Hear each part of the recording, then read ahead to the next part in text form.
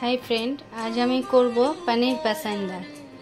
পনির পাসান্দা করার জন্য আমি পনির নিয়ে নিলাম। এবার এই পনিরগুলোকে আমি সুন্দর সাইজ অনুযায়ী কাটবো।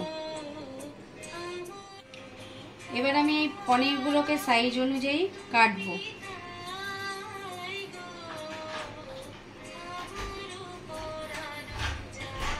ঠিক এরকম করে আমি প্রত্যেকটা কেটে নেব। পনিরগুলো এবার আমার সাইজ করে কাটা কমপ্লিট হয়ে গেছে। এবার আমি ব্যাটারটা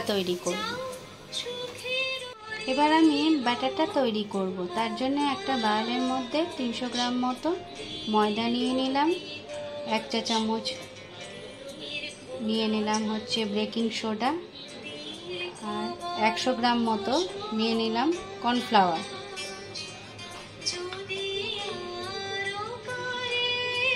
আর তার সাথে 1 চামচ চিনিটা এই কারণেই দিচ্ছি, একটু স্বাদও আসবে প্লাস কালারও আসবে।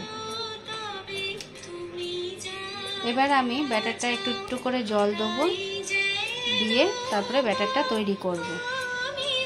আমি মিক্সচারটা তৈরি করব, তার মধ্যে আমি একটু তেঁতুল আর এই মিক্সচারটা যে নিলাম এটার মধ্যে ছিল আপনার টমেটো, আদা, কাঁচা লঙ্কা মিক্সিতে করে নিয়েছি।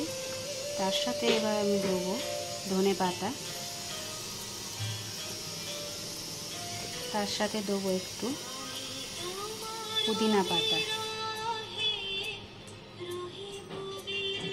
এবার একটু খটমটি করার জন্য দেবো বিস্কুটের গুঁড়ো, আর যেটা দেবো 1 চা চামচ বেসন।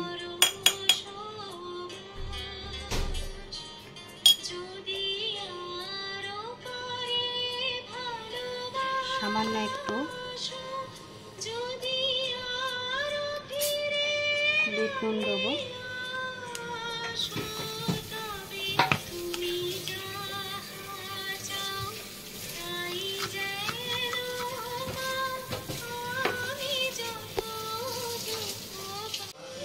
এই যে আমার মিক্সচারটা তৈরি হয়ে গেছে। এবার এই মিক্সচারটা থেকে আমি অল্প অল্প এটা নিয়ে আমি এইভাবে এগুলোকে সব মাখাবো।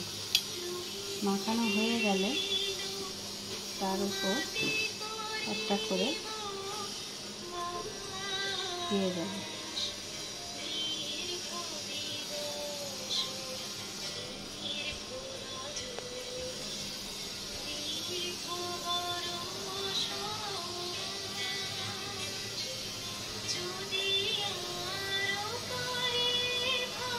এইভাবে আমি প্রত্যেকটা তৈরি করে তারপরে আমি কড়াইয়ে তেল গরম করে তেলের মধ্যে ছাড়ব।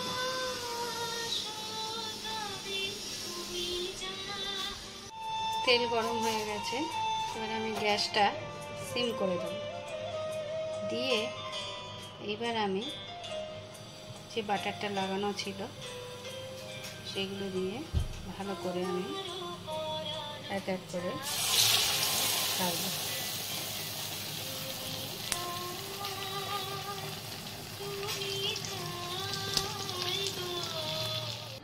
पनीर पसंदा हमार रेडी।